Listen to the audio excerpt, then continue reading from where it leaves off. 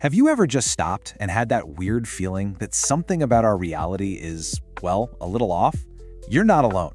It's a question that's gone from a sci-fi fantasy to a serious debate, with some of the smartest people on the planet arguing that everything we see, everything we feel, might just be part of a giant advanced simulation.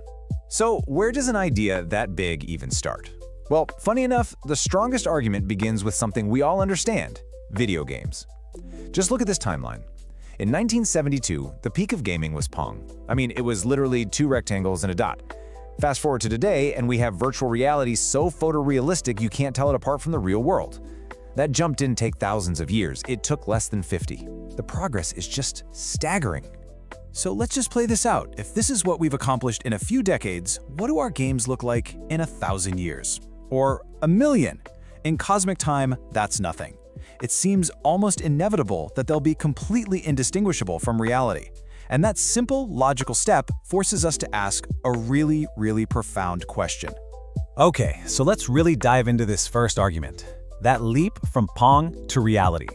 This mind-blowing trajectory, from simple pixels to entire worlds we can get lost in, it's the foundation of the whole simulation hypothesis. This is exactly why you hear people like Elon Musk say stuff like this. When he says the odds are 1 in billions, he's just talking simple probability.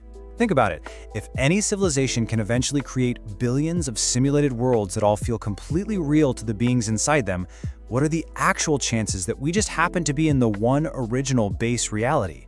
Statistically, it's way, way more likely we're living inside one of the countless copies. All right, so that's the common sense argument. But now let's get into the formal logic behind it. The idea was really sharpened by a philosopher at Oxford University named Nick Bostrom. He turned it into a powerful thought experiment. Now, the cool thing about Bostrom's argument is that it doesn't say we are in a simulation. It's more of a logical trap. It says that if you think about it, we are forced to accept that one of three very specific and honestly very strange possibilities has to be true. And here it is, the trilemma. Possibility number 1. Extinction. All civilizations like us just wipe themselves out before they ever get the tech to run these ancestor simulations. A bit of a downer, right? Okay, number 2. Disinterest. Advanced civilizations get this godlike power, and they just don't care to use it. They lose interest. But if you think those two options sound pretty unlikely, well then you're stuck with number 3. We are almost certainly living inside a computer simulation right now. Okay, this is where it gets really fun. If our world is a program, can we find the bugs? The glitches in the matrix?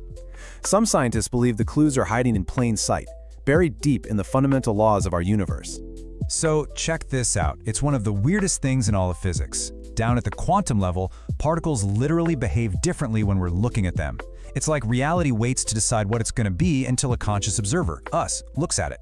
Now, doesn't that sound an awful lot like how a video game saves processing power? It only renders the stuff to players actively looking at. And the clues keep coming. I mean, think about it. The fundamental laws of our universe are all written in the language of mathematics. We have a universal speed limit, the speed of light, that nothing can break. Kind of feels like a processor's speed limit, right? And what about the Fermi paradox? The universe should be full of life, but it's completely silent. Why? Well, maybe it's because our simulation is just rendering Earth and not much else. And then you get an absolute bombshell like this. The theoretical physicist Dr. James Gates was just doing his work, studying the deep equations of the universe, and he was shocked. He found what looks like literal computer code, the kind of error-correcting codes we use to make our web browsers work, seemingly written into the fabric of reality itself. But okay, let's pump the brakes. It's not a done deal. Not everyone is convinced, and there are some really smart, really strong counterarguments that throw a wrench in the whole idea. Neil deGrasse Tyson, the astrophysicist, is a great example. He used to be a big believer in the simulation theory, but then he came up with a counter that in his mind totally flips the odds on their head. So here's how Tyson turns the whole argument around. The original idea assumes there are millions of simulations, right? But he adds a new rule. Any civilization smart enough to be simulated should also be smart enough to create a simulation. Well, right now we can't create a universe-level simulation. That means we can't be in the middle of some long chain of simulations. We're either at the very beginning, base reality, or we're the very last simulation in a chain. And just like that, the odds aren't billions to 1 anymore. They're 50-50. But hang on. What if we're just thinking about this all wrong? Maybe the whole idea of a computer game is too literal, too human. This brings us to a different way of looking at it: What if simulation is just a metaphor? Cognitive scientist Donald Hoffman has this amazing idea he calls the headset theory. He says we don't see true reality at all. Instead, what we experience as space and time is like a VR headset. It's a simplified user interface, like the icons on your computer desktop.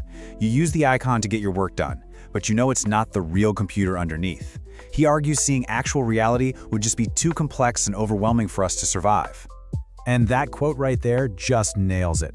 We humans have a habit of describing the universe using whatever our most advanced technology is at the time. For our ancestors, it was fire and water. Then it was a giant clockwork machine. And for us, today, it's a computer. So maybe simulation isn't the final answer. Maybe it's just the best metaphor we have right now for something that's way beyond our ability to comprehend. So, after all these absolutely mind-bending ideas, from supercomputers to cosmic headsets and quantum weirdness, we finally land on the most important, most human question of all. So what? Does any of this actually matter in our day-to-day lives? Seriously, if this all turns out to be some kind of program, does that change the meaning of your relationships, of love, of joy and suffering? Does it make our choices less important?